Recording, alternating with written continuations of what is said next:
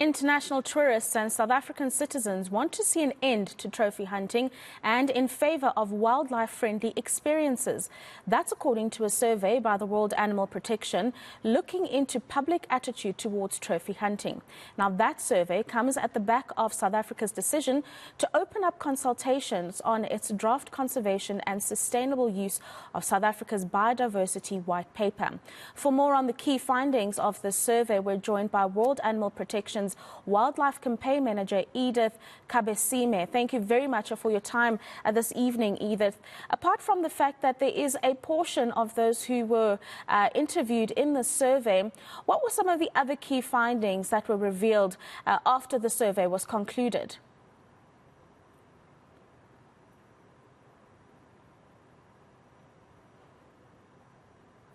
Edith, I think you might still have you muted yourself. You could just check there.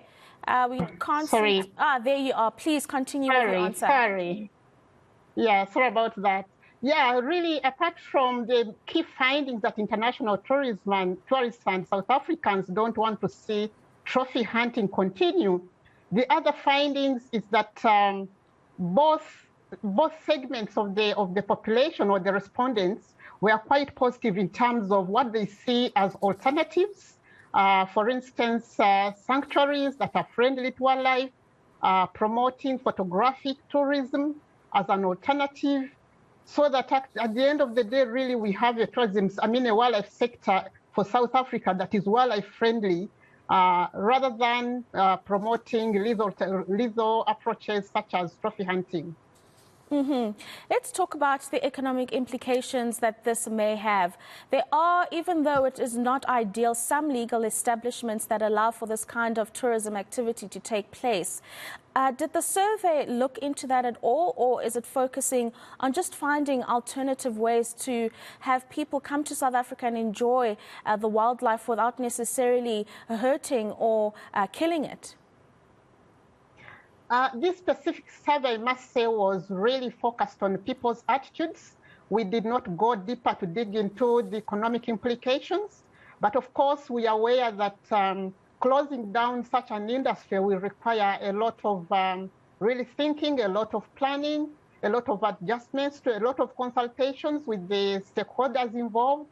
And a phased approach is really what we recommend as a way forward, much as we did not go into really looking deeper into the economic implications.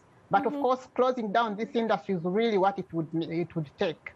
The survey does make commentary around there needing to be decisive action around creating these alternative tourist appreciations for those who come and enjoy our wildlife. But in the past, we've seen it is difficult for our government to implement decisive policies that benefit not only the economy, but the people who live in it. Do you think that the South African government would engage some of the recommendations when it comes to moving towards the rejection of the cruelty and the deaths of animals that we've seen over the last few years? Yeah, of course, we have a bad experience where governments, including our own, South African government, have made commitments and then they have not followed through.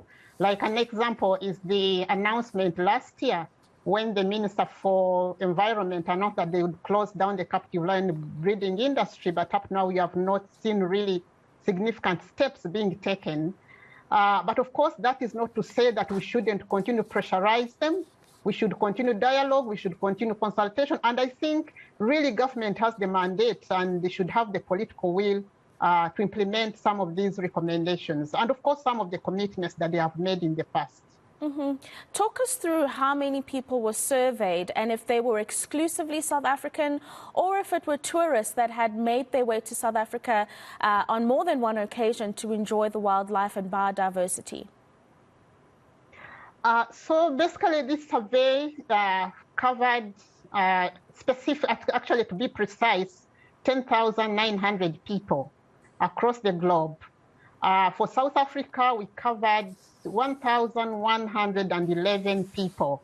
And these were of course, sampled from the 9 provinces, with Gauteng and Natal being really the area where we had the biggest number of respondents.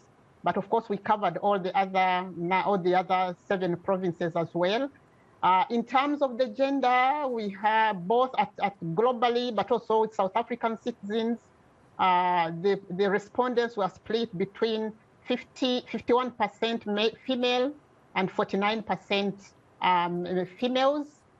And of course, they were also came from different geographies, rural, semi-rural, as well as big cities.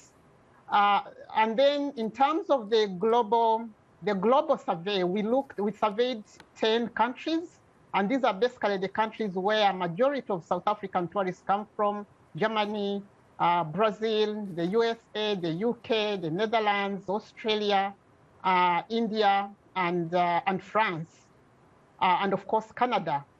And in terms of, if you look at the results, majority of the if you look at the results, both at the global level but also inside South Africa, there was there was coherence in terms of the findings, in terms of the attitudes, and there was really a general agreement that indeed South Africa needs to move.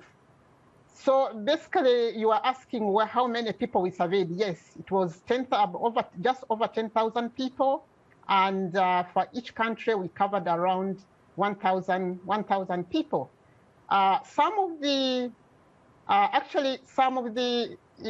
In terms of the tourists, we asked those tourists who have been in South Africa, and those represented roughly around, I think around 12%. And then the rest, around 88%, there were those who have intentions of traveling to South Africa in the near future. And of course, there were those who are not, whoever said they have never traveled to South Africa, they didn't have intentions of traveling to South Africa in the near future, we did not subject the questions to them, we dropped them. So basically, we focused on either those who have been in South Africa or those who have intentions of going to South Africa in the near future. Is there any country, whether it be sub-Saharan Africa or otherwise, Edith, that South Africa could learn from in terms of initiating these alternative tourism opportunities for the betterment of the wildlife and biodiversity? Or do you find that other governments across sub-Saharan Africa are struggling to make that transition as well? In the past, there have been some countries, like my own country, Uganda, we do not do trophy hunting. It's the same thing in Kenya, and these 2 countries are some of Africa's examples where we really have, a vibrant nature-based tourism, and we believe South Africa could borrow a leaf from there. But of course, that is not to say that it doesn't come with challenges. The challenges will be there, but I think we need to make that commitment because, every life and every animal matters. Every life matters. Every animal plays a role in the ecosystem. And really, every animal has a right really to live, a life in the wild. That's why we're saying we think we need to end this blood sport and really bring sanity to this sector so that wild animals are allowed to live, a peaceful life in the wild. Thank you very much for those insights. That is Edith Kabesiime, and she is the Wildlife Campaign Manager at the World Animal Protection, and she's indicating some of the survey outcomes that spoke to the trophy hunting coming to an end in South Africa and promoting alternative forms of tourism for those who visit South Africa. But also the survey does highlight that it's not just trophy hunting. There's captive lion breeding as well as the use of cats for traditional medicine that are encompassed in this as well. Thank you very much for your time this evening.